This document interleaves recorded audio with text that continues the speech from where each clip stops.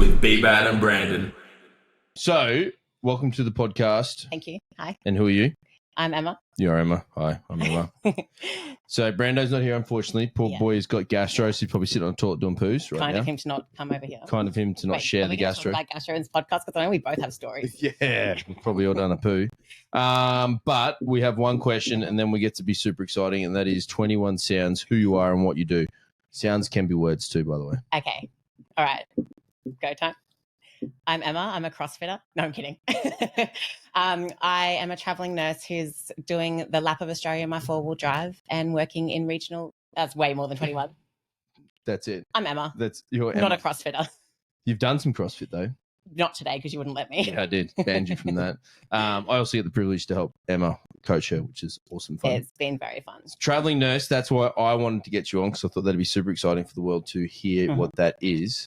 But if we go back to the very start, was that always the plan when you became a nurse? Absolutely not. No. When I became a nurse, I was at a very different point in my life. Yep. A lot's changed in my life since becoming a nurse. I became a nurse 12 years ago. Yep. And it was kind of COVID that I would say is what triggered me to start wanting to do travel nursing. COVID overhaul. Yeah, COVID changed obviously a lot of people's lives, but for me it was mostly positive changes, despite working as a healthcare professional during the COVID times. Yeah, what a time. But obviously our international borders closed down. We couldn't travel overseas. I've always enjoyed traveling, so I started traveling my own country more. And then I kind of started getting targeted ads about doing locum nursing around Australia. Ooh, and AI gotcha. Yeah, as usual. And that's kind of where it started from. I had an online interview with one of the agency companies, and that's where it started. And then 2 years ago, to this month, I packed up everything that I owned, sold anything that I couldn't fit in my four-wheel drive, and then I hit the road. Did you have a four-wheel drive yet? I did, yeah. Oh, yeah. So you had that. Yeah, I purchased my four-wheel drive in January 2020, and then I left in February 2022. Damn. Yeah. That's wild. So is that typical of a nurse who starts out and they think they're going to do something, then all of a sudden it evolves and changes and becomes something else? I think everybody that starts in nursing doesn't stay. It's very broad. It is very broad. There's so many avenues that you can go in being a nurse. And when I did start nursing, I was in a relationship. Yeah. And then I no longer was in a relationship at a point in my life. And I had no reason to stay in a particular city. So, hit the road. Let's go. Yeah. And is that a lot of nurses doing this? I find where it's mainly the same cohort of people that do it. It's singles, mainly females. Yep. And it's those that just have a love for adventure and traveling and being very open to having new experiences, meeting new people. Yep. Yeah. So obviously if you're in a relationship or you've got a family, it's a lot more limited in your ability to be able to do travel nursing. Yeah. But there are those that are able to do it. Yeah. Wow. And then how does it work? You just you throw a pin at a map and go, I want to work there, or you just see what's out there in the world, or the agency kind of. I started that way. Yeah. I originally, however, was going to start my travel nursing in Western Australia, but at the time the borders into Western Australia were still closed. My recruiter suggested Tasmania to me. I'd previously done a little bit of travel in Tasmania. I had a cousin that lived there, and I thought, okay, like I've got a family there in case I end up being lonely while I'm down there. Yeah. And then, I just hit the road and I haven't turned around and come back home since, except for visits. Yeah. So I left Brisbane, went to Tasmania first, initially signed up to an 8-week contract, stayed there for 5 months because I loved it so much. And then I started doing a clockwise lap of Australia. Yep. And did that plan evolve, or was it always to go clockwise around the country? It just felt like it made sense rather than zigzagging back and forth. Yeah. And what has evolved is the locations that I have wanted to visit, and what I thought was only going to be a short-term stint in one particular state, I've just continued to extend because there's so much more to see of the country than what you'll ever find on social media. Yep. Yes, you get a working holiday around the country. I do. The pay is very good. It's paid at a casual rate, but you're guaranteed full-time hours for the duration of your contract. And the hospitals provide accommodation free of charge. So I haven't paid to live in a property for the last 2 years. So you have free accommodation, you get paid overs. Yeah. And my fuel, if I drive to and from a contract from a home base, my fuel is covered. Wow. Alternatively, if I fly, the flight is covered. Wow. Yeah. So it's been a great economical way to see the country. Wow. So And what's your outgoings then? My own personal expenses, really. Yeah. That's food. Food, yeah. Plenty of it. Yeah. And so, like, is it just a 5-day work week, and then you can kind of just a typical person have 2 days to go and explore, or? The working week kind of depends on what specialty area that you work in. I'm a theatre nurse. Yep. Theatres don't work on a 24/7 roster like a ward does, where there's patients there 24/7. That's got to be nice then. But I do on call. Yeah. So I might work a 10-hour shift. Yep. And then I might be on call, and I might still be there till 7 o'clock in the morning, and it might turn into a 23-hour shift. Yeah. An unplanned 23-hour shift. You get paid extra though then? Of course, yes. There we go. Yeah. Sick. No, that's pretty cool. And are you always on call when you're a locum travel nurse then, or not every day, but yes, you are expected to do on-call rosters. Yeah. Depending on how remote the hospital is that you're working in, you could be doing long stretches of on-call because there's limited staff to share. So it's just you. Yeah. If something bad happens to someone, you got to, or something, whatever happens. When my contract in Port Hedland, I did 19 days in a row of on-call, and I was in the hospital every single day for that 19 days. You just sleep there? No, but the accommodation was very close to the hospital, so I was able to go home and sleep in between cases. Damn. Yeah. So first hospital's Tassie? Yeah, so I worked in Hobart. Yep. And I stayed at Hobart for 5 months. I switched from the private hospital after 12 weeks to the public hospital. Yep. And then after Tassie, I came back to mainland Australia. Yep. And I worked in a little regional hospital 2 hours north of Adelaide called Clare Valley Hospital. Yep. And I teed that up to do Capo Nationals in Adelaide at the same time. Genius. So that my travel to the comp essentially was covered, as well as having majority of my accommodation covered up until the competition. Yeah. Genius. And then do you start, once you get a location, then start just Googling what's in that area? Yeah. So you can go and see So before I choose a location, if I'm in prep, I will research the gyms that are in that location first. Genius. Yes, because if I'm in prep for a powerlifting comp and they've only got very tiny rural type gyms, it might be a challenge for me to prep. Sometimes it's not. Yep. Especially when you've got a coach that's able to work with whatever equipment is presented to them. This guy here. But yeah, most locations that I've been in, I have been significantly surprised by the equipment that's been provided, despite how regional the town is. Wow. The most surprising one was the Adelaide contract that I did. It was this little winery region called Clare Valley. Yeah. And it's an hour north of the Barossa. And I was expecting, I saw online that there was like a 24-hour fit type gym, which I just assumed would be like a normal commercial type gym. But when I arrived, I found a secondary smaller gym, and it was owned by an ex-powerlifting coach. And he had all the powerlifting equipment. He had proper deadlift bars. And had everything. That was a nice surprise. That's sick. Yeah. And then when you chat to the owners of these gyms and you talk about yourself and, why you're there being a nurse at the time that you're prepping as well, they're very willing to be as helpful as they can be to you. Sick. Yeah. That's pretty cool. And then in the regional, if you're, in a regional hospital, obviously support network for other people medically to help out when things get a bit hectic or stuff comes in. There's not as much, right? So you guys are seeing everything. Yeah. So you get quite a broad exposure working in regional and remote hospitals compared to what you would get working in metro hospitals. So I worked metro for 10 years before I started traveling, and it was quite niche. And you'd be pigeonholed into a specialty because you have enough staff in these hospitals to expertly train people in individual specialties.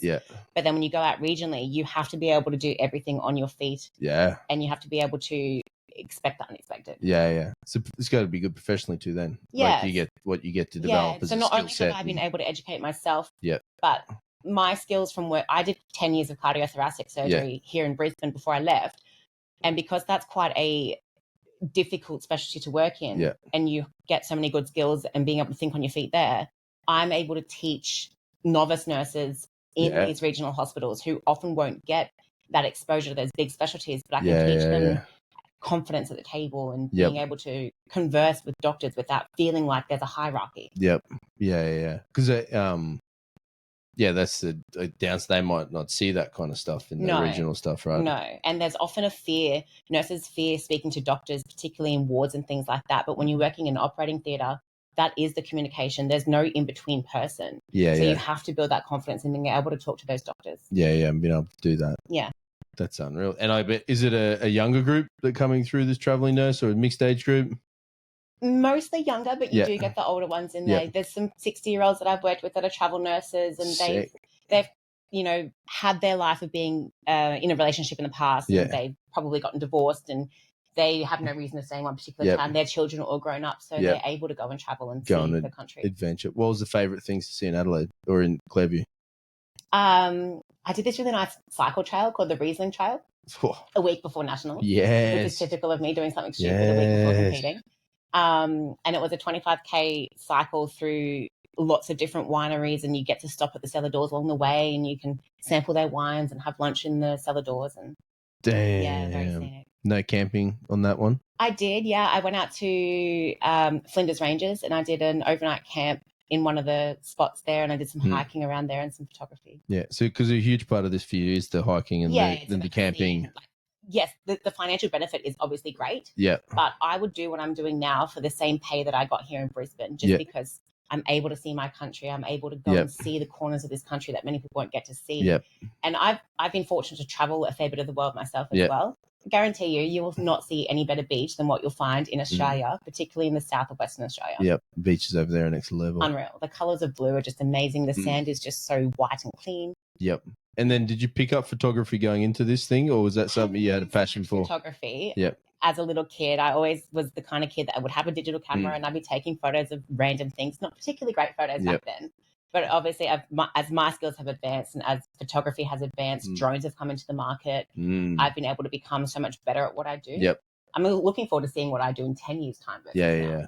And how good are you storing all of your history of trips and places and locations you've been? Have you got a Dropbox full of all your adventures with what Instagram's for. Stories written down? Oh, no. Yeah. None of that. No, it's mostly up here. So when I'm old and senile, no one else will be able to know my stories. Do you journal any of it? No. Or keep a book? No, I don't have time for that. Between working full time, being on write call, a book. Training. Yeah. Bloody coach wants all them training hours. Yeah. Where did you go after Clairview? I crossed the Nullarbor. Yep. And then I started traveling Western Australia. Yeah, In Western Australia in September 22. Yeah. And I've stayed in Western Australia since, except for coming back home to Brisbane for visits. So you've still got to go around that way then. Yeah, so I'm finishing off Western Australia this year. I'm finishing it off with a trip through the Give River Road up in the Kimberleys. And that's the last of Western Australia that I haven't seen yet. Yep. And then I'm returning back to Brisbane for 6 months. Yep. And then I'm going to probably start going anti-clockwise and start going north up into Queensland. So you haven't been through Queensland yet? Not except for being a traveller prior to travel nursing. Yeah. So I've seen bits of Queensland through living here. Did you expect WA to be as nice as it was? Absolutely not. And I thought it was just going to be hot all the time. It's not. I went there with no winter clothes. I froze. It was so cold when I got there, especially south of Perth, which is where I started and it's where I am now. Yep. It's bloody cold there. The first day of summer last year, it was 12 degrees in the morning. 2 weeks ago when I was waking up in the morning, it was 14 degrees in the morning. Meanwhile, it's 30 degrees here in Brisbane in the morning. We're cooking over here. Yeah, absolutely. Damn. But in the north, it's one state, but in the south of WA, it's as cold as it would be in Victoria. Obviously, we're in similar line with Victoria.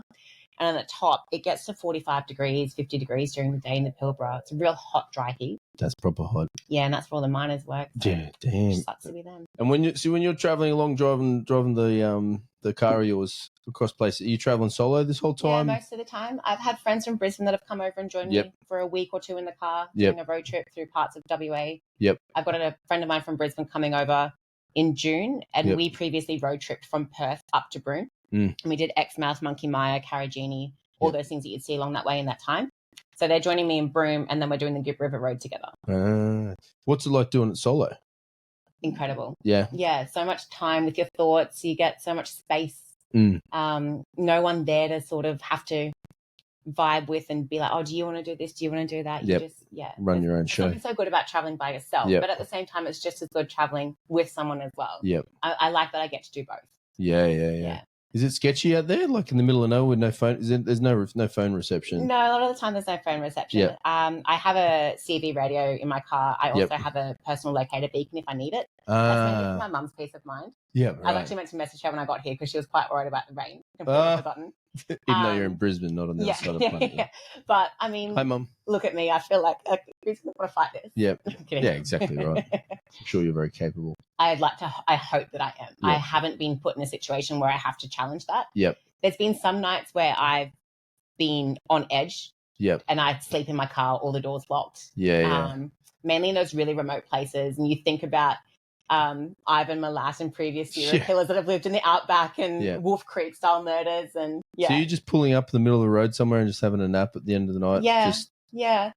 Somewhere randomly? My favourite pulling up on the side of the road was when I crossed the Nullarbor and it was on the edge of the Great Australian Bight. You're like right there on the cliffs. Wow. No one around. Sky's pitch black. Just you and the crashing ocean below you. And that was it? Yeah. Wow. Yeah. Do you have any photos of that? I absolutely did. Jeez, that's pretty cool. Yeah. And when you're out there, do you ever see cars cruising past or hit trucks or anything like that? It's surprisingly well trafficked, especially during certain times of the year. So when I did cross the Nullarbor, it was August. Yep. And it was very well trafficked. Yep. And I grew up with my grandparents doing similar things. So I think that's where one of my reasons for wanting to do this came from. Yep. But when they were doing it, this was like the Nullarbor, for example, wasn't a sealed road. It was all dirt roads. Yeah. There was absolutely no reception. It was a lot more remote than it is now.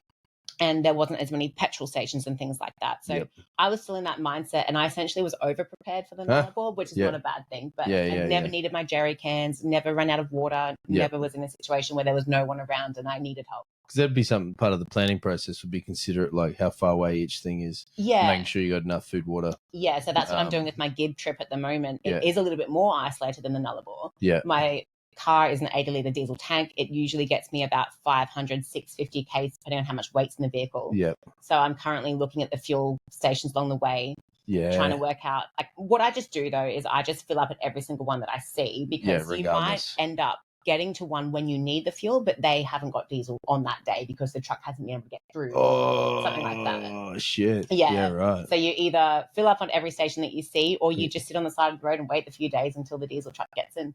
Damn, have you had to do that? No. Again, over-prepared. Yeah. Yeah, right. And you traveling with food, fridge, all that kind of stuff? So I've got a fridge in the car. I've got like all the cookware that you'd need to be able to live on the road. I've got solar input into my battery. So yeah. Oh, damn. Yeah. That's pretty impressive. It can be. Yeah, it'd be wild out there at nighttime. Yeah. And you can actually see all the stars. You can. As opposed to what you get here. Some of the photos that I take out there. The stars that you get out in the middle of nowhere is just unreal. You just don't think it's real.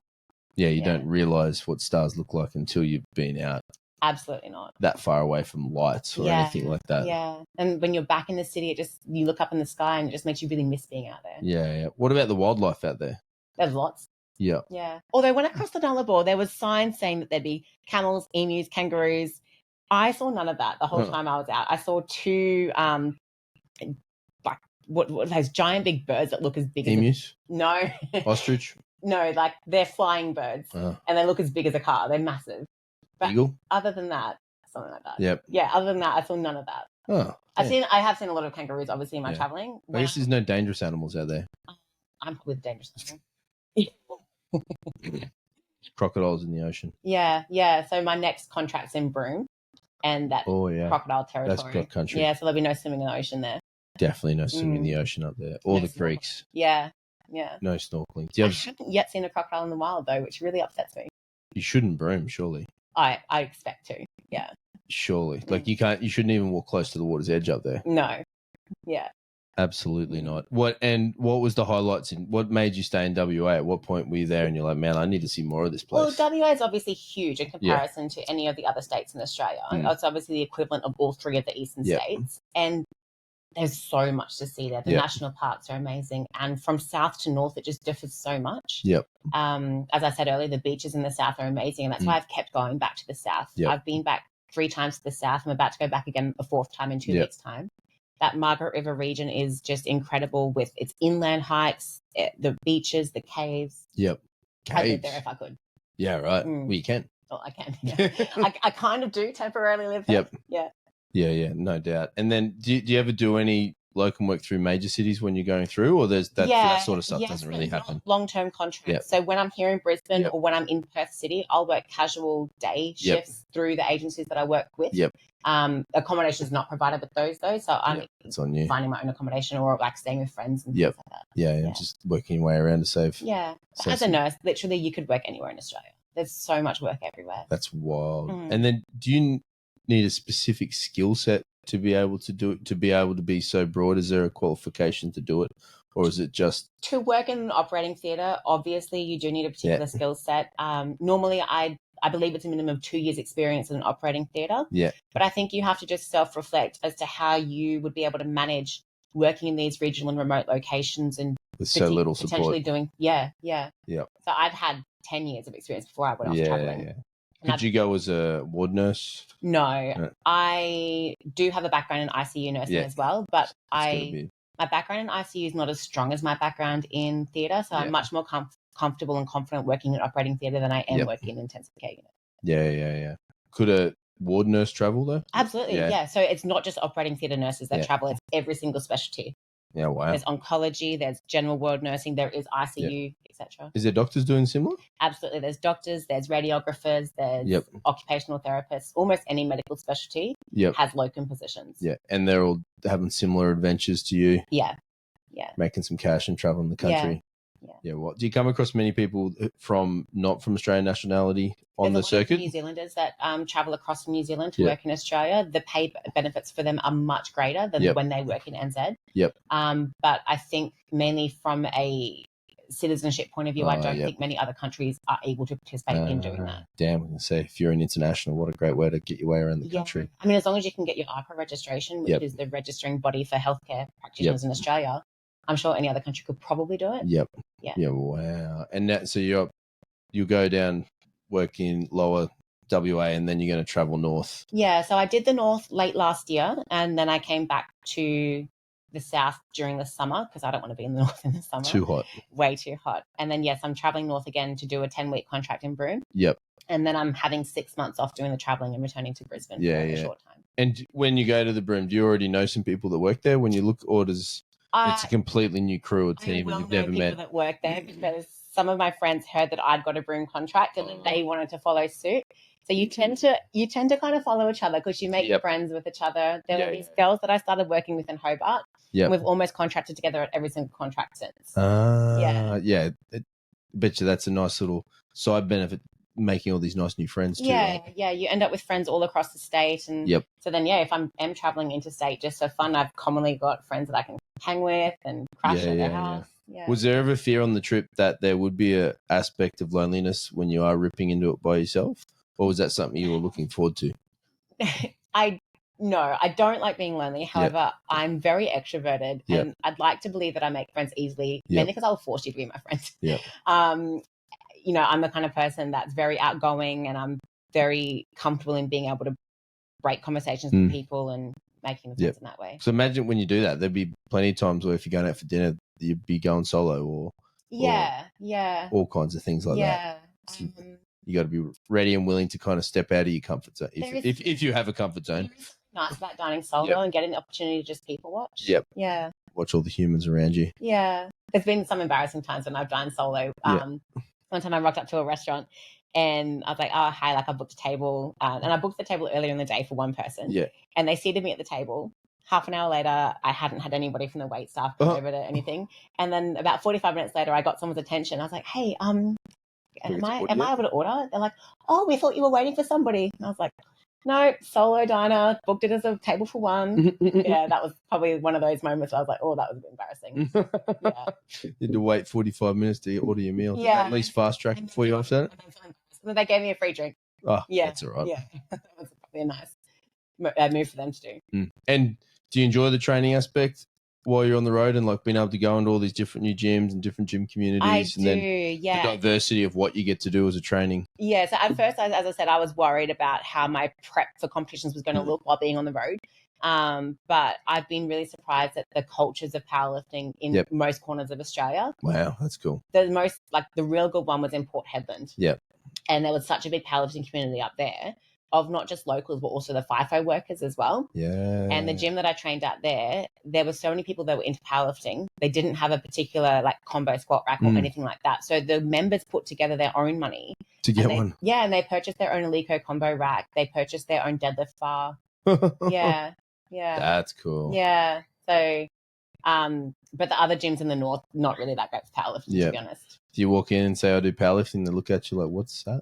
No, I don't say anything, but then people start to watch me training and things like that. Then they'll come up to me and they'll ask me questions and they'll say, oh, it's quite a bit of an ego boost because they'll say, we've never seen a girl lift that much in this gym before.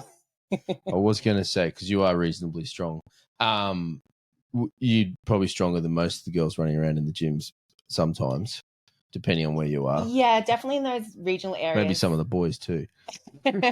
Yeah, but it's not in a way that I feel better than them. I like that I've been able to start encouraging, particularly girls in general in these towns. They get into powerlifting. When I was in Port Hedland, the gym hosted its own mini powerlifting competition, and so many of the girls came up to me and they said, "Oh, we'd love to do the comp, but we're just too scared to." So I like encouraged them to. I didn't compete myself, but there was girls that ended up doing the competition and they fell in love with it. So now that's cool. They've registered for proper competitions that are like, registered with federations and such. So it's growing in those communities. All because of you? No, not because I'm sure that I just assisted. Yeah. But that's the cool thing about you. Like you will happily, if someone come and ask you questions about something, you're going to go out of your way to help them. Yeah, definitely. Do the thing rather than just load my bar, bitch. Yeah.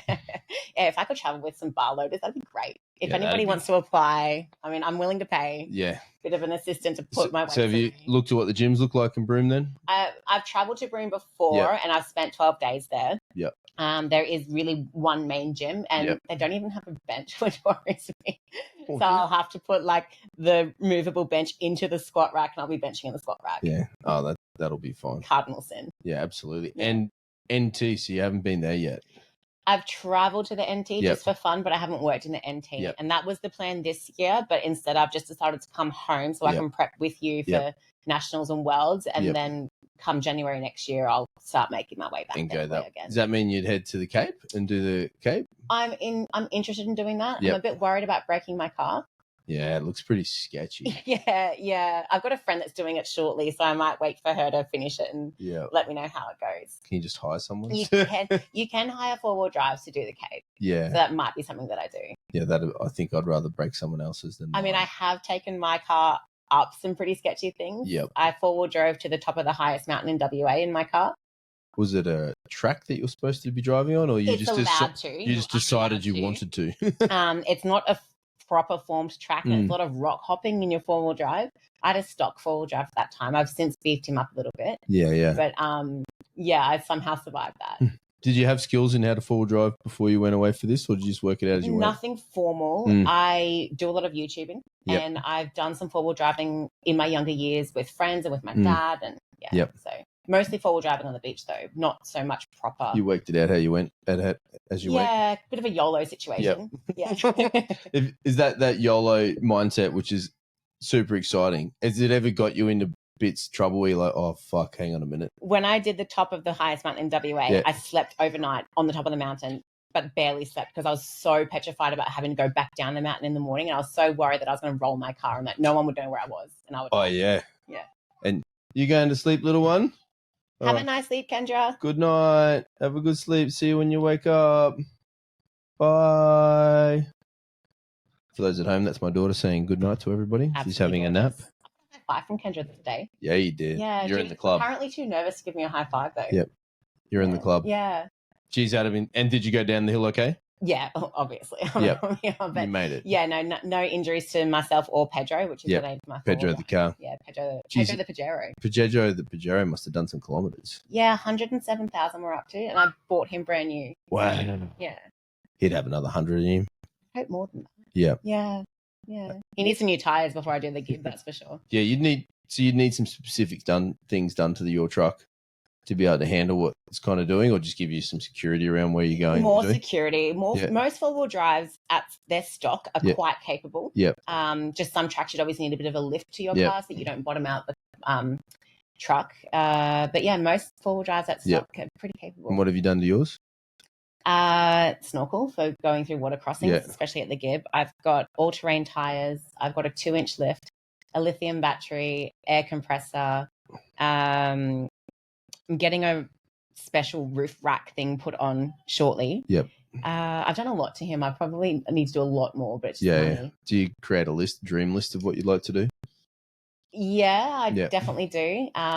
But my limitations are that I don't want too much weight in the vehicle. Yeah, because that's a big one. Yeah. And that's just more petrol, more diesel. Yeah, even though I don't pay for it. But just, again, when you're going in those remote locations and the distances, like that's the main reason why I don't want too much weight in my vehicle. Yeah. Yeah, absolutely. So have you started planning out what you'd want to see through Queensland?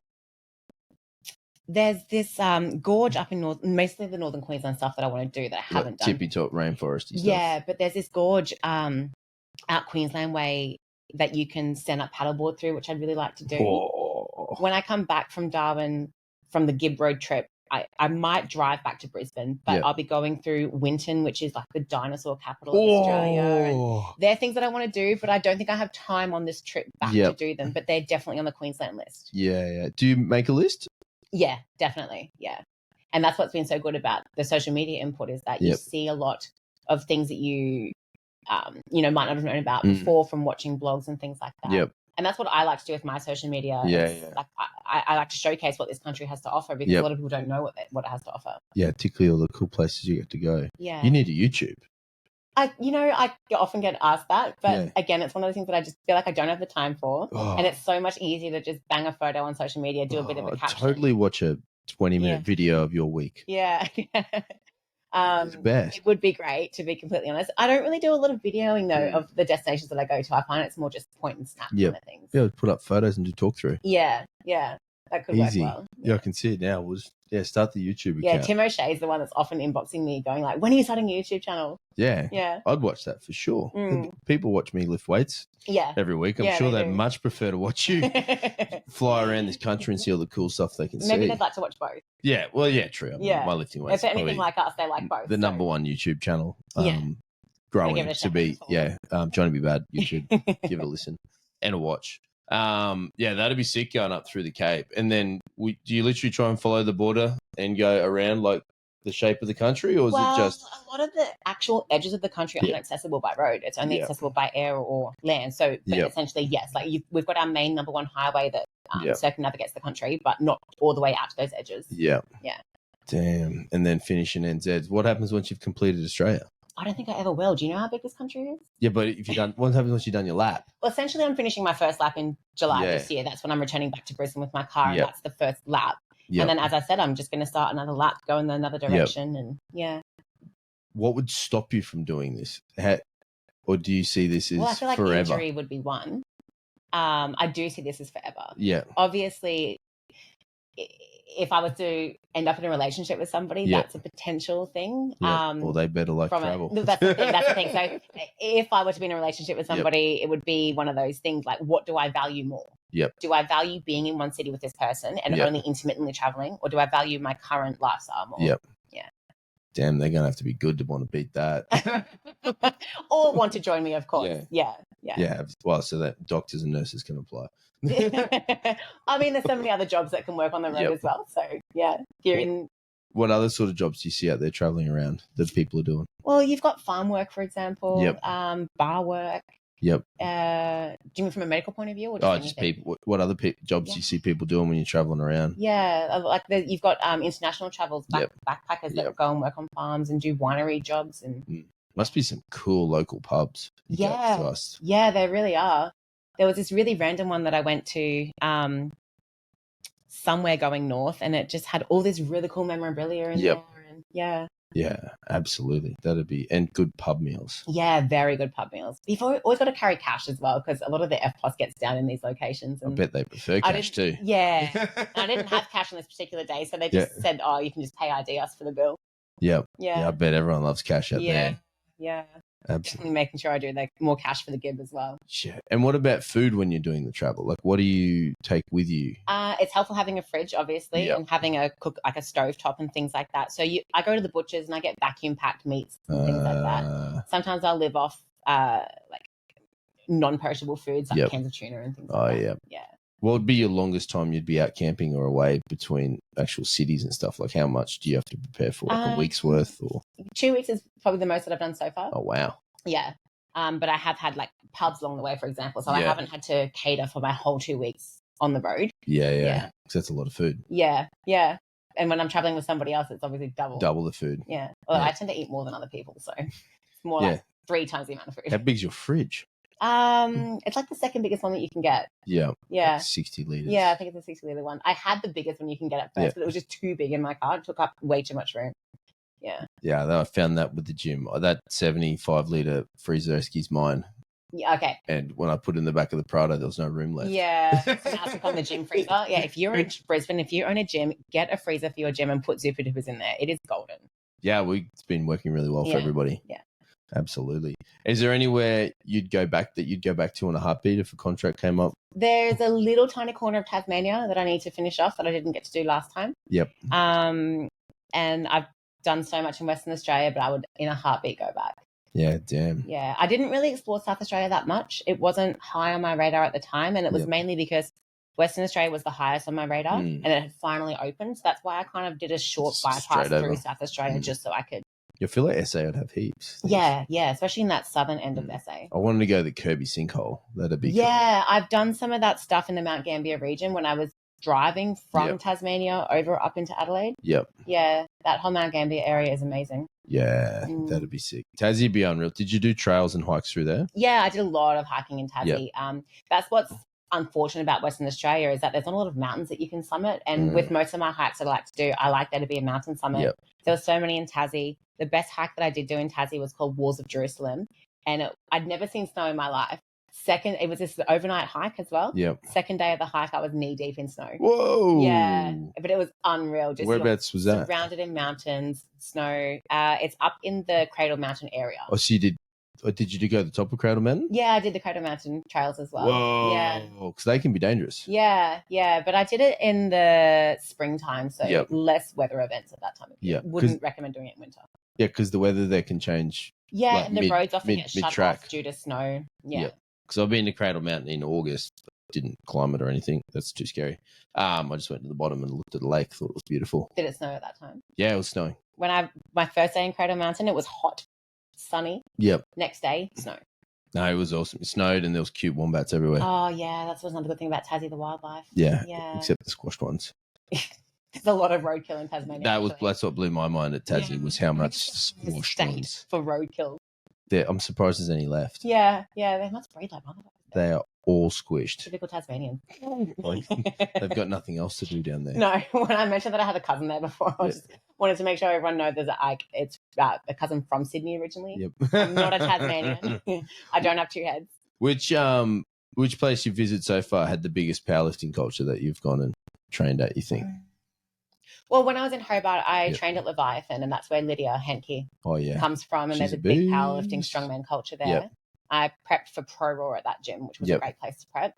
And then, Port Hedland, having such a big culture there as well in north of WA. Yeah. See, I love the fact that random place you would never consider would have Well, I feel like FIFO workers, because it's a big mining town in Port Hedland, FIFO workers have two options. They either drink or they train. Yeah. I was chatting up Thomas Lilly the other day. I was like, oi, I think you should open a 0W in Port Hedland. Yep. What did he say? He's like, I'm open to the idea. I just need someone to that is up there to be involved, and he doesn't know anybody. So if you're listening to this podcast and you're from Port Hedland, oh man, Thomas be open to open a zero anyway, mate. You'd have 100 of them. How much money is in that town as well? Being a mining town, you would roll in it.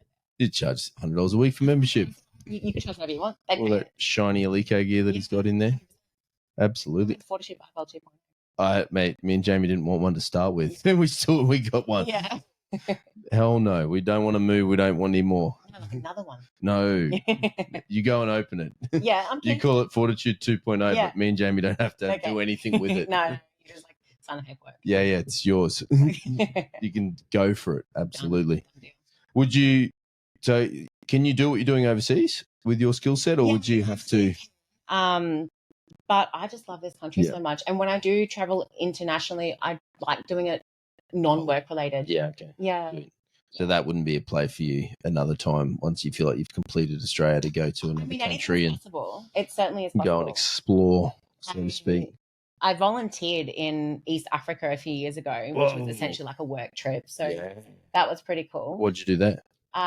Cardiac surgery in one of the hospitals in mentally, like I've forgotten the name of the town, but yeah. So we mentored the local nurses and doctors in that hospital and taught them some new skills in valve replacements and doing cardiac bypass surgery. And wow, what was it like being in that country that you can't remember the name of? So their resources are obviously nowhere near as good as Australia's resources. Yeah. We did take a lot of our own resources with them. But it was incredible to see what they can achieve with what little they do have. Yep, they can still do a good service. Yeah, and the fact that people can at least have this opportunity to have a fix to their heart problems and go on with their life. Where if that service didn't exist, they would just die of those deaths. They would be death. Yeah.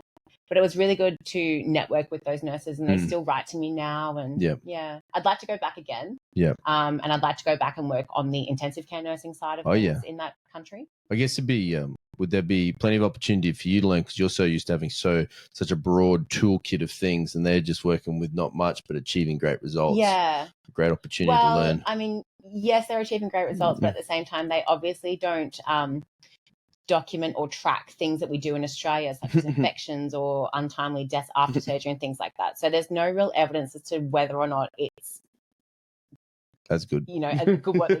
Yeah. They have opportunities. Yeah, but I was able to teach them like surgical counting and the importance of making sure that you're counting your instruments and your consumables to make sure you don't leave something in the body at the end of the surgery. They didn't do that before? No, they didn't. Oh, dear. Yeah. Whether or not they're still doing it now, I don't know. But because there's no follow-up in these countries, and patients don't return to the hospital if something goes wrong. Yeah, because they live wherever, which is nowhere near. Yeah, sometimes they live so far out from these cities. So some pair of scissors were left behind, and that's where they're staying. But it's just so interesting, even the way that they sterilize things over there. Like things were sterilized in this big boiling pot of water. That's not done here. No, that's definitely not done here. Well, the nurses would wear no shoes to work. Like they just walk through the operating theatre bare feet. That's not done here. Absolutely not done here. So does that mean you could take your shoes off, or you kept your high standard? For my own personal safety, I chose not to take my shoes off. Yeah, what would happen if something sharp fell off the table? Exactly. And you're in an African country where there's higher rates of bloodborne diseases. Yep. So you don't want that risk. Jesus. Yeah. Wild West. Would you, so you said you'd go back and do something like that again? Yeah, I would love to do something like that again. It was so enriching working in those environments, and like, that really makes you feel like you're doing good. You feel like you're doing good in Australia, but that's just a whole nother level. Yeah, absolutely. Is there plenty of opportunities to do that sort of stuff? Yeah, it's all self-funded though. Yeah, right. Yeah. It's kind of like volunteer. Yeah, so you're paying for your accommodation, your flights and all that kind of stuff, taking the time off work. And your time off from their thing as well. Because there's no annual leave in what you're doing. No, so if I don't work, I don't get paid like this month. Yeah. Yeah. But because I am paid a higher rate, I'm obviously managing my money and making sure I'm saving money for that I can pay myself when I take time off work. Yeah. Did someone tell you needed to do that, or did you have to learn that? Yeah, a lot of it you learn along the way. Yeah. There's no playbook. I mean, you can talk to others that have done it before. So, if you're interested in travel nursing yourself and you want to message me about things, I'm very open to communicating my experiences and the do's and the don'ts. What mistakes do they make? Do the new ones do? Signing up to too long of a contract to begin with. Yeah, because you might not like the place, right? Exactly. A lot of the time, your agency might suggest a 12-week contract, or they'll tell you that they'll only give you that location if you sign a 12-week contract. Yeah. That's absolute bullshit. And if your agency says that, go to another agency. Yep. But I sign up for a minimum 4-week contract, and I say if I like the hospital and they like me, making it a two-way street. Yep. If we essentially like each other's work standard, then I'm more than willing to extend. Yeah. And that way I've never been stuck in a location that I didn't like before. Yeah, because that could be likely. That could happen. Yeah, and if you quit a contract early, you're often billed money by the hospital. Because they've paid for you to come over. So they've paid for your flight, or they've paid for your fuel. So they've made a financial commitment. Yeah, correct. Yeah. And then also they've probably allotted 12 weeks of a medical person being there where they're not worried. Yeah, so they're essentially banking on you being there. So rostering was like easier for them in those 12 weeks. Yep. Yeah. Damn. Are they short-staffed out there? Everywhere. Oh. Yeah. Damn. That's why the regional towns pay so much more money than what you can get in cities as well. Yeah. You can negotiate your pay working in these regional towns. So if you're a metro city worker, you just get paid whatever the you're fixed rate. But if you're working regional, you negotiate your pay. You can negotiate extras and bonuses. Yep. So that's another hot tip for Yeah. everybody there. Yeah. And then with experience, you, I guess, get a little bit more confident about asking. Yeah, so for obviously stuff. in your negotiations, you're talking about your background of a nurse and what skills you have that you're able to offer to this institute that another agency nurse might not be able to offer to them. Yeah, and then they got to pay the do re me. Very, very give and take. Yeah. That's we've got to get paid. You got to save some money. Yeah. So if you bought a house with all this saved money, where would you buy? Margaret River region. So my actual goal is to buy a block of land in the Margaret River region. Yep. Have a tiny home because I'm a minimalist now. Yep, of course. And just have a tiny home on a block of land. Yep. Maybe have some cows. Yep. Yeah. Like a tiny home on a trailer, or like a. I don't think I'd feel the need to move it along. Yep. Yeah. So maybe shipping container. But yeah, so I've looked into the shipping container homes, and you can buy them prefabbed from China. Yep, perfect. And they just dump, and you open up the doors, and it's ready to go. And it's then yours. You get the plumbing and electricity to it. Damn. Yeah. And then put some security cameras up so you can come and go. Yeah. As you please. Maybe Airbnb it when I'm not in the region. Yep. That's the goal. When's that going to happen then? I'm spending all my savings at the moment on overseas travel for once. Well, that's the exciting thing, though. And then having that flexibility in what you work allows you the flexibility to then do more of your own social stuff. Yeah. You're not contained by like an actual being employed somewhere where you have to apply for annual leave and and you have to wait for the approval. And then you only get a certain amount of annual leave too. Right. You can do, as long as you're an adult enough and save your own money, you can go do whatever you want whenever you want. So most of the times that I've finished up a contract and taken leave from a contract, it's been for a social reason or for a competition reason. So I'm back for this month of February for a wedding that's already happened, and then for Nats qualifiers next Saturday. Then I go back and contract again until nationals. Yeah, and then I take time off for that. That's unreal. Yeah. You must have one hell of a resume. Do you have a record? I can't fit everything on my resume. If you went, let's call it a job in Brisbane, and you had to deliver a resume, how would you write all of this out? Very difficultly. Yeah. I mean, most people, they cap their resume at 10 years of experience. Yeah. But essentially, you've done a lot in 10 years. Yeah. Essentially, I mean, I've recently applied for my job in Brisbane again that I left 6 years ago, because when I come back to Brisbane in July, I'm here for 6 months. So I need makes money.